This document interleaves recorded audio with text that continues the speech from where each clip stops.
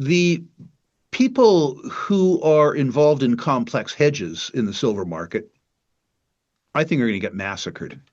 I think they're in for some truly religious experiences to the extent that a short position on silver that has been put in place by algorithms that are looking at silver markets over the last 40 years, um, those leverage guys are really, truly in for a world of hurt. The Financial Survival Network.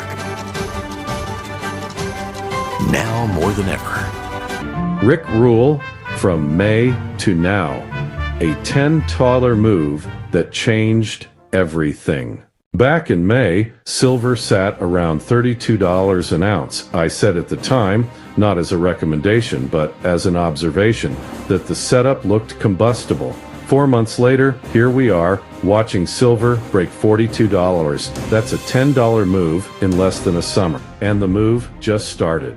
For producers with millions of ounces in the ground, each $1 adds tens of millions in notional value. For juniors with tight floats and strategic backers, every uptick turns potential into torque.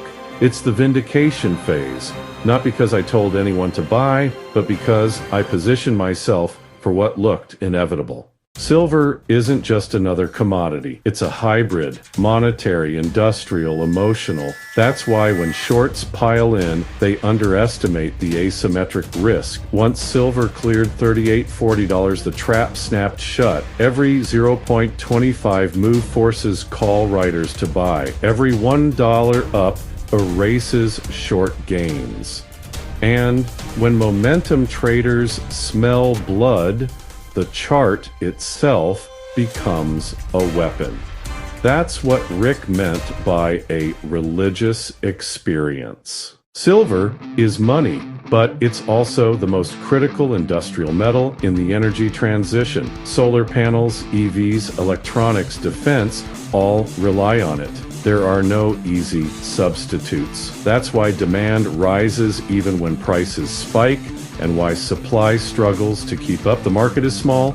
Above ground stocks are limited. When new buying waves hit, prices don't just rise, they gap.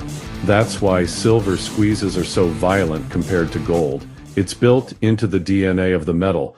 Martin Armstrong has already called for $75 silver as the critical line. That's the cycle math. The point where shorts are destroyed, confidence breaks, and physical scarcity collides with monetary panic. But commodities don't stop neatly at round numbers. They overshoot. That's why I believe $100 silver is not just possible, but inevitable. Maybe by the 2032 ECM peak, maybe sooner if debt or currency crises accelerate the timeline. This isn't just about silver. The same dynamics are brewing in Bitcoin. Like silver, Bitcoin is both monetary and misunderstood. Like silver, it has a rabid short base in derivatives and ETF hedges. And like silver, when confidence breaks, it doesn't grind higher. It gaps higher. A silver short squeeze doesn't just profit silver bulls, it shifts psychology. It reminds the market that hard assets move in step when fiat trust wobbles.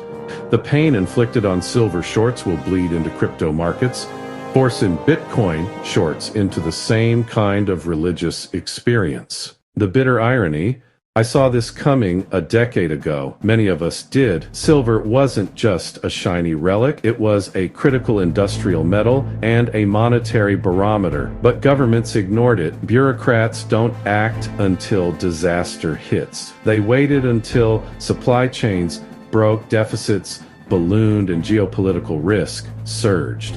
Now they're scrambling to streamline permitting and pretend it was foresight. Even Biden, the king of permitting gridlock, was forced to fast-track copper and critical minerals. That's how urgent the situation became. I don't tell anyone what to do, I just observe, and what I observe is this. Silver has already moved $10 since May, and the setup looks like it's only halfway through. The dynamics of tight supply, critical demand, and panicked shorts are converging in real time. Armstrong's $75 is the inflection point. $100 silver is the inevitable overshoot. Bitcoin is the parallel short squeeze waiting for the same spark. Governments, as always, are too stupid to act until it's too late. The religious experience.